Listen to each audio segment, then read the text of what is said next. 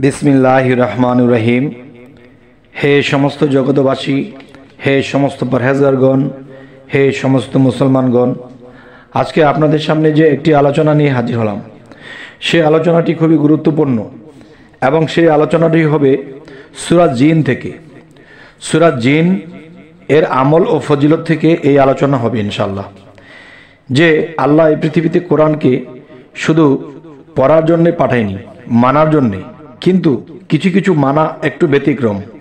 যেমন কোরআন আমাদের জীবন ব্যবস্থা, যে আল্লাহর আলোকিত পথে আমরা অগ্রসর হব এই কোরআন পড়ে, এটা তো আছেই। কিন্তু দেখেন, একটা মানুষ যদি অসুস্থ থাকে, একটা মানুষ যদি বন্দী হয়ে থাকে, একটা মানুষ যদি চাপাকলের মধ্যে থাকে, তখন সেই মানুষটি কিন্তু আল্লাহর পথে এবং নিজের দুনিয়াবি পথে কোনো পথেই কিন্তু সেই মানুষটি অগ্রসর হতে পারে না। তাই আমি বলতে চাই, আজকে সূরা জিন থেকে যে আমল ও ফজিলতের কথাগুলো বলবো, ইনশাআল্লাহ আপনারা খেয়াল করে শুনবেন।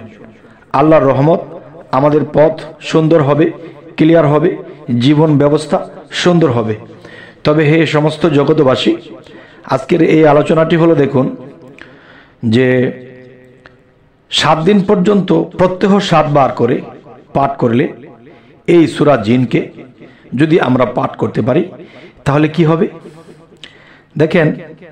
তিলাওয়াত করতে থাকলে ইনশাআল্লাহ আল্লাহর রহমতে কোনো ব্যক্তি যদি বন্দী অবস্থায় থাকে বা গুপ্ত অবস্থায় থাকে, বা তাকে কেউ আটকিয়ে রাখে, কিংবা জেল হাজতে দেখা গেছে অন্যায়ভাবে সে জেল হাজতে গিয়েছে, যদি সূরা জিন পাঠ করতে থাকে, তখন তিনি যে কোনো অবস্থায় থাকুক, যদি অন্যায়ভাবে অবিচারভাবে সে যদি জেলে বন্দী থাকে, সেখান থেকে সে মুক্তি হতে পারবে আল্লাহর রহমতে এই সূরা জিনের উসিলায়। এবং দেখা যায় 7 দিন পর্যন্ত প্রত্যহ 7 বার করে পাঠ করে কোনো আসরগ্রস্ত, মানে জিন আসরগ্রস্ত সেই ব্যক্তির গায়ে ফুঁক দিলে কি হবে, জিন ভূতের আসর দূর হয়ে যাবে। আচ্ছা, আর 7 বার পাঠ করলে জিন আয়ত্ত হয়। আচ্ছা, তাহলে আমরা যদি এই নিয়ম কানুনগুলো বুঝে রাখি এবং বুঝে শুনে চলি, ইনশাআল্লাহ আল্লাহর রহমতে আমরা আল্লাহর পথে এবং দুনিয়াবি পথে, দুটি পথই লাগে। যে একটি কথা বলা হয় যে দুনিয়াবি আমরা জর্জরিত হয়ে গেছি, দুনিয়াবি আমরা বিভিন্ন ফ্যাসাদের মধ্যে পড়ে আল্লাহ রাসূলকে ভুলে আছি।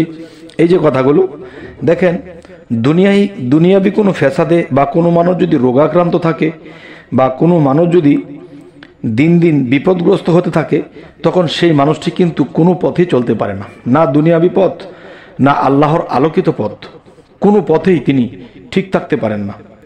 তাই আমি বলবো যে আল্লাহ কোরআনকে নাজিল করেছে হযরত মুহাম্মদ সাল্লাল্লাহু আলাইহি সাল্লামের উপর, আর তিনি আমাদের সকল উম্মতের কাছে দিয়ে গেছে যে তোমরা এখান থেকে শিক্ষা নেবে এবং তোমরা আল্লাহর আলোকিত পথে চলবে।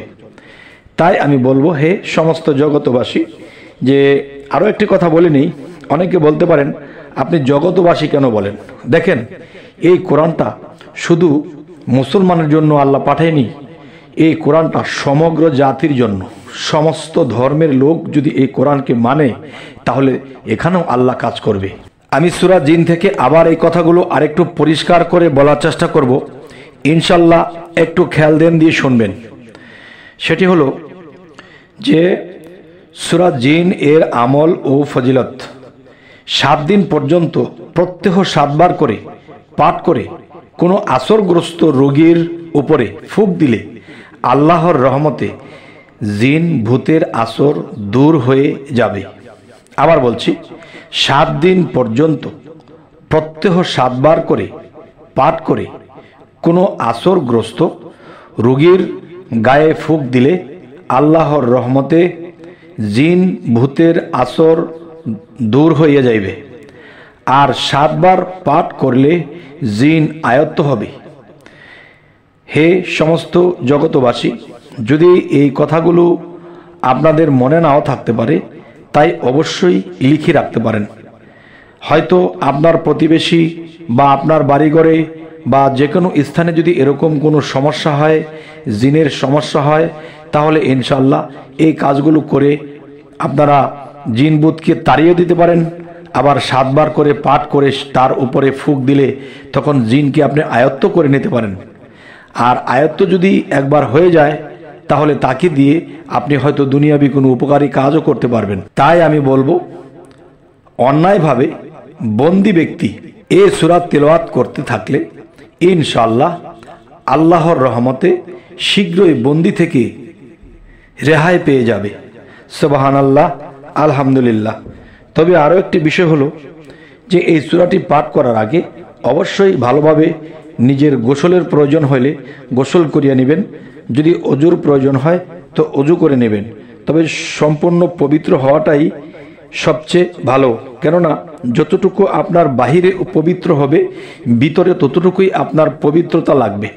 তখন মন, জ্ঞান, বিবেক এবং বাহিরে দেহের অজু সম্পূর্ণ যখন হবে, তখন যখন আপনি এটি পাঠ করবেন সেটি 1 গুণের জায়গায় 7 গুণ হয়ে কাজ করবে ইনশাআল্লাহ।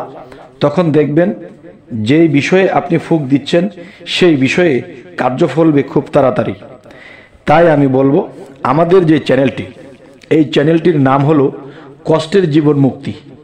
যে পৃথিবীতে অনেক মানুষ আছে যে জিন ভূতের আসরে অনেক কষ্ট করে জীবনযাপন করে, এবং দেখা যায় অনেক মানুষ অনেক দুঃখ দুর্দশায় তারা জীবন কাটাচ্ছে। তখন কি হবে, যদি আল্লাহ যে কোরআন আমাদেরকে দান করেছেন এই কোরআন অনুসারে যদি আমরা চলতে পারি, ইনশাআল্লাহ আমরা এই কষ্টের জীবন থেকে মুক্তি পাব। তাই আমাদের চ্যানেলটির নাম রাখা হয়েছে কষ্টের জীবন মুক্তি। তবে আমাদের এই আলোচনা যদি আপনাদের ভালো লাগে তো অবশ্যই সাবস্ক্রাইব করে নেবেন, পরবর্তীতে যেন ভালো ভালো আলোচনা আপনাদের কাছে পৌঁছে দিতে পারি। তো সকলেই ভালো থাকবেন। আল্লাহ হাফিজ।